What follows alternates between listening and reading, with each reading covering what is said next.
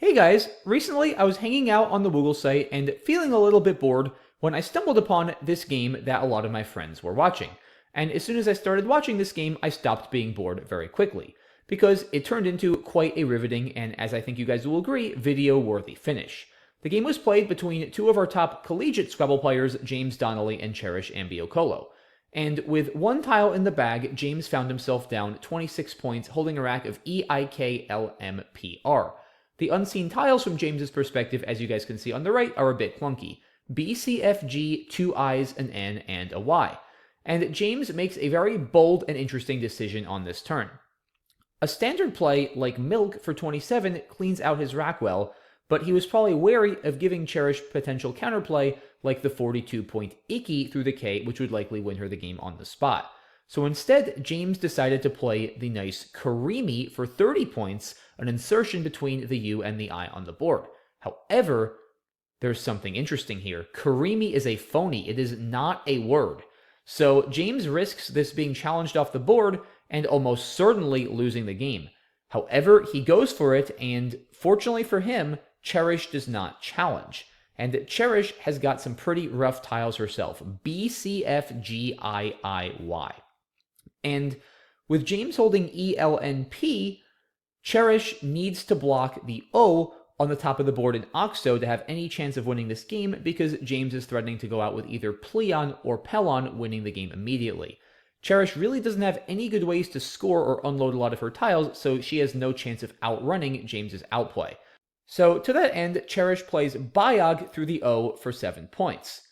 This is also a really cool play because she is setting up a nice response of Icy and Bi on her next turn, which will score over 30. So a super creative play from Cherish. And now James, holding ELNP, has a decision to make. Should he block Icy or not? Now, the problem with blocking Icy is that it's going to force James to get rid of his only vowel, namely his E. There is no way for James to stop Icy and keep his E at the same time.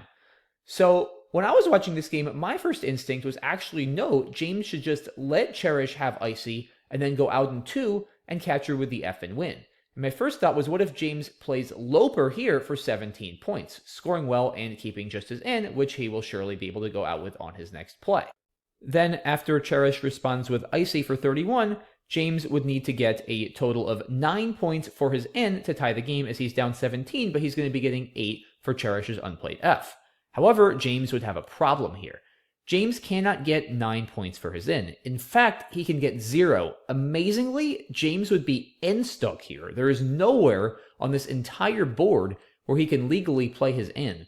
So that means Loper is definitely not going to work for James in the original position. And it's not too hard to see that James is not going to be able to win this game if Icy hits the board. There's really no way for him to score more than Loper, and like I said, he's going to have such a hard time playing his N that he is not going to be able to make up the 31 points that Cherish gets with Icy. So James has to block Icy, and that's what he does. He plays P, E, and B for 12 points, keeping the L and the N. Now, amazingly, this is a game-losing mistake for James. It's a very logical-looking play, as it scores the most of any play he can make in that spot, and usually in these kind of tight endgames, it's good to get rid of your higher scoring tiles, in this case is P first, as they tend to be the hardest to play. However, as we just saw, it's actually the N that is going to cause James problems, and if Cherish plays this correctly, she can manage to stick him with a tile. So, in the actual game, Cherish responded with Fur for 18 points to the errant Odor, hooking KI. Again, a very logical play. In fact, this is her highest scoring play in this position, but it is once again a game-losing mistake, and we will see why in just a bit. In response to Fur, James responded with No for 6 points, getting rid of that pesky N while he still can, and Cherish responded with Yo for 5 points, which is her best play in this position. James went out with Teal for 4 points, notably the only spot he has for his L on this board, and James ended up winning a nail-biter 407 to 405 after he got 6 additional points from Cherish's unplayed C in this position. It's worth mentioning in this position, where James played the logical-looking No for 6, slightly more precise even would have been Low for just 2, because this stops Cherish from playing Yo, which is, as crazy as it sounds, her only spot for the Y on this board. So Cherish is now Y stuck, and her only legal play is wreck for 4, getting rid of her c, and now James goes out with kin for 7, and in this line he would have won by 408 to 404 instead of his win by 2 in the real game. That being said, his play of no was indeed more than sufficient. But now let's go back another turn here to where Cherish made the play of fur, which as I mentioned is a logical play, but as it turns out, a game-losing mistake. We now understand why Cherish loses after this play, but what should she have done? As I said before, PE is a game-losing mistake for James. And why? The key is, like I mentioned earlier in the video, James is going to have a hard time playing his N. It turns out he actually does have 2 spots for his N here, namely NOH and NO, but then, after that, he's also going to have a hard time playing his L. As we saw, teal will end up being his only remaining spot.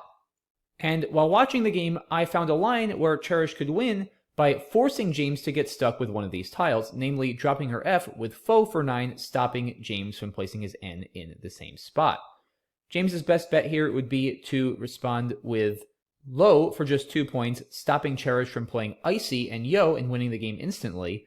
Cherish responds with wreck for 4, getting rid of her C, and now James is N stuck, so he has to pass. Cherish can actually not play her Y here, but she can play her I. She just has to be careful not to do something sloppy like TI for 2, as that would let James go out with tin and win the game. Instead, she plays Lin, a nice insertion for 5, bringing her to 400 to James's 393. And now both players are stuck.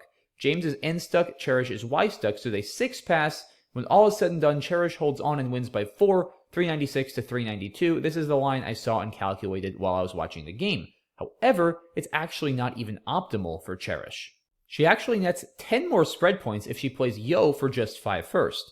The idea is that now, after James responds with no for 6, Cherish drops her C with wreck for 4, blocking James's only L spot with teal. James is forced to pass, and now, and only now, Cherish makes the play of fur that she made just a little bit too early during the game for 18 points, bringing her to 409 and winning the game easily 411 to 397.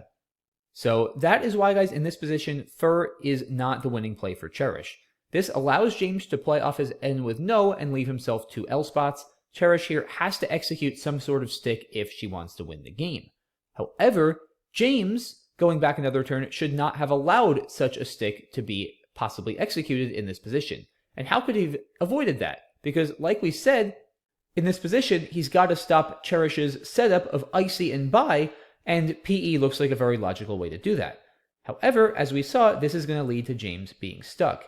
And James's only winning play in this position is to make the counterintuitive 2-point sacrifice holding the higher scoring P of NE for 10 points. Why? Well, it turns out that playing NE not only ensures that James won't get stuck, but it actually ensures he's going to go out on his next turn, because now James is threatening Lop through the O and Oder, and he's also threatening Ply to the Y in futility.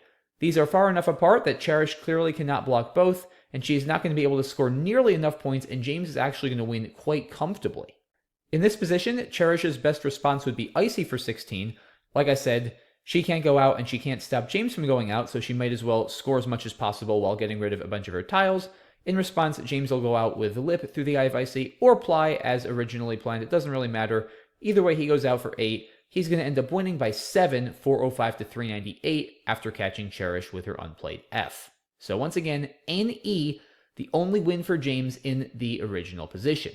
It is worth going a turn back to this position after Cherish allowed the phony of Karemi go. Obviously, her best play here is to challenge Karemi off and then proceed to a pretty easy win, but if Karemi is accepted, does Cherish have a better play than Biog? Like we saw, Biog is a very, very clever play, setting up Icy and making James's life very difficult. Yes, the position was still winnable for James, but it requires very precise play, which it turns out he didn't make. He ended up still winning anyway, but Biog was a really, really creative play by Cherish. It turns out, according to Macondo, Cherish cannot win in this position with optimal play on both sides. According to Macondo, Cherish's best play is to play Bogey here, which loses by 5 with optimal play. I won't show all of those lines as they didn't happen in the game, and I don't think they're really necessary for understanding the complexities of this position. That being said, I think it would be a little easier for James to win after bogey than it would after Biog, because Biog, like I said before, makes James's winning sequence and calculating all of the possible variations and tile stick lines in this endgame extremely complicated, and that's exactly what Cherish needs to do. If she can't win with optimal play, she should at least try to win practically as much as possible, and I think Biog is a fantastic play that does a really, really good job of that. Unfortunately, she wasn't quite able to execute her win on the next turn after James's imprecision of PE, but still a really great effort. It's also worth mentioning she was extremely low on time, so especially considering that, huge credit to her for finding Biog in this position. Like I said, this game ended with a 2-point win for James, but still really cool game, really well played overall by both players. Yes, they did both technically make game-losing mistakes, but given they were both under time pressure, I think they made very logical moves, and it was going to be super difficult to calculate for any player of any level with that kind of time pressure. So huge credit to both of these. Outstanding game, really entertaining and fun to watch.